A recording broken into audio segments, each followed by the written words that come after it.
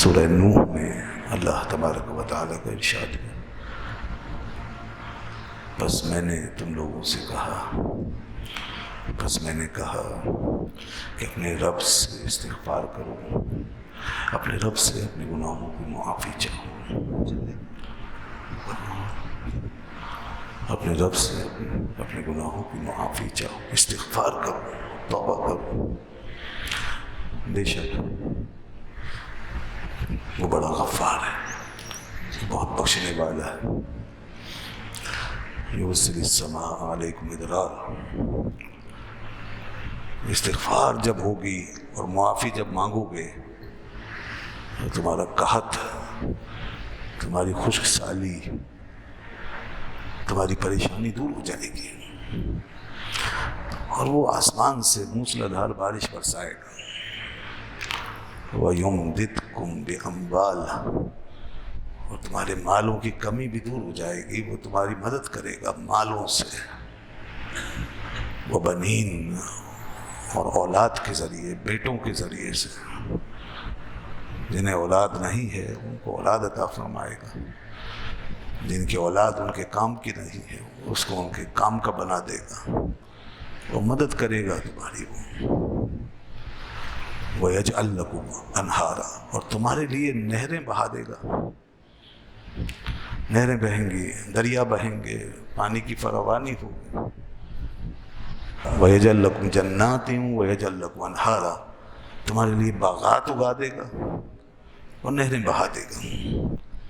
مَا لَكُمْ لَا تَرْجُونَ لِلَّهِ وَقَارًا، تمہیں کیا ہو گیا ہے کہ تم اللہ کے وقار، اس کی عظمت اور اس کی شان و جلالت کو پیش نظر نہیں رکھتے؟ کتنی واضح آیتیں ہیں یہ، کتنا واضح مقام ہے۔ قرآن حکیم میں ہمارے لیے ایک ایسی صاف اور شفاف قسم کی رہنمائی موجود ہے۔ مصائب و آلام سے انسان دوچار ہوتا رہتا ہے، مصیبتیں آتی رہتی ہیں، بیماریاں، تکلیفیں، پریشانیاں نازل ہوتی ہیں، انفرادی بھی ہوتی ہیں، اجتماعی بھی ہوتی ہیں، انڈیویجول بھی ہوتی ہیں، کلیکٹیو بھی ہوتی ہیں۔ مگر اللہ تعالیٰ نے پھر ایسے ماحول میں ہمارے لیے اپنی آیت نازل فرما کے اپنے محبوب صلی اللہ علیہ وسلم کی تعلیمات کے ذریعے سے ایسا راستہ ہمیں دکھایا کہ جس میں ہماری ظاہری اور باطنی پریشانی کا حل موجود ہے۔ دین میں ہماری ہر قسم کی پریشانی کا حل موجود ہے۔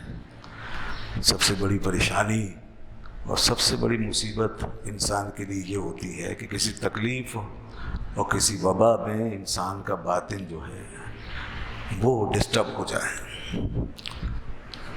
انسان کے اندر خوف پیدا ہو جاتا ہے، حزن پیدا ہو جاتا ہے، اور سب سے بڑا خوف موت کا ہے۔ موت کا خوف ایسا خوف ہے کہ دنیا میں کہیں بھی اس خوف کا علاج نہیں ہے۔ ساری دنیا آج جس خوف میں مبتلا ہے وہ یہی خوف ہے، موت آ گئی تو کیا ہو۔ مگر ہمارے دین کے اندر اس کی تسلی اور اس حوالے سے بھی تشفی کا سامان ہے۔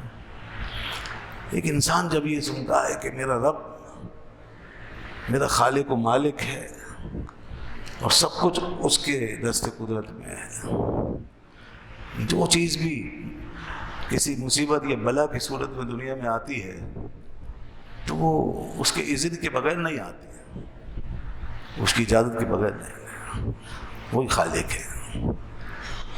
اور جب کوئی چیز آتی ہے، پیش آ جاتی ہے، کوئی تکلیف و مصیبت، تو اس نے ایک پہلو رحمت کا رکھا ہوا ہوتا ہے۔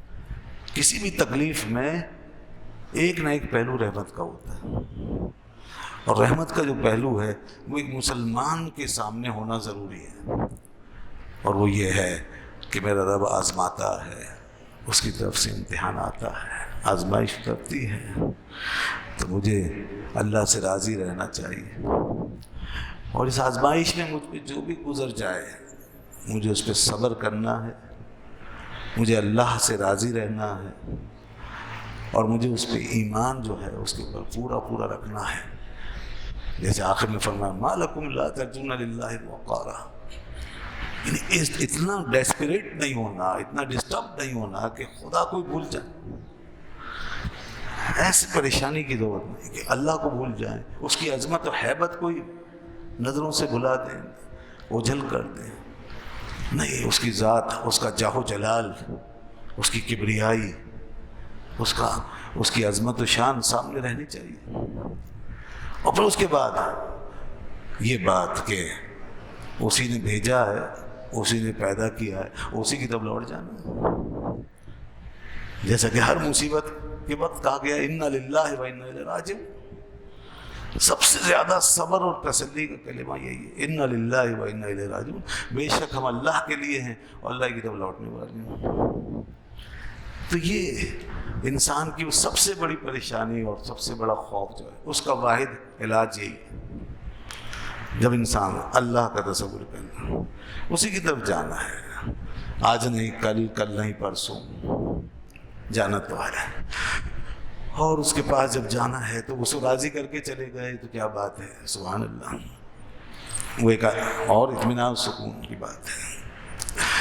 تو اس لیے اسلام نے، دین اسلام نے منع کیا ہے کہ گھبرانے کی ضرورت نہیں. ولا تہنوا ولا تحزنوا، گھبراؤ نہیں، خوفزدہ مت ہو، غم اور اس کو علم کو اپنے اوپر مسلط مت کرو. چاہے کوئی چیز انڈیویجول ہے یا کلیکٹیو ہے، پینڈیمک ہے، پھیل گئی ہے، بولے پوری دنیا مبتلا ہے، پریشانی میں ہے. اور ویسے عرب والے ایک محاورہ بولتے ہیں، البلیۃ اذا عمت طابت. جب بلا اور مصیبت عام ہو جاتی ہے تو اس کے اندر ایک قسم کی خوشگواریت پیدا ہو جاتی ہے. جب سب کے ساتھ ہونے لگتا ہے تو وہ انسان کے لیے وہ زیادہ ہولناک نہیں رہتی بنسبت اس کیفیت کے کسی ایک جگہ، کسی ایک علاقے میں کسی ایک شخص کو ہو تو وہ زیادہ خوفزدہ ہوتا ہے.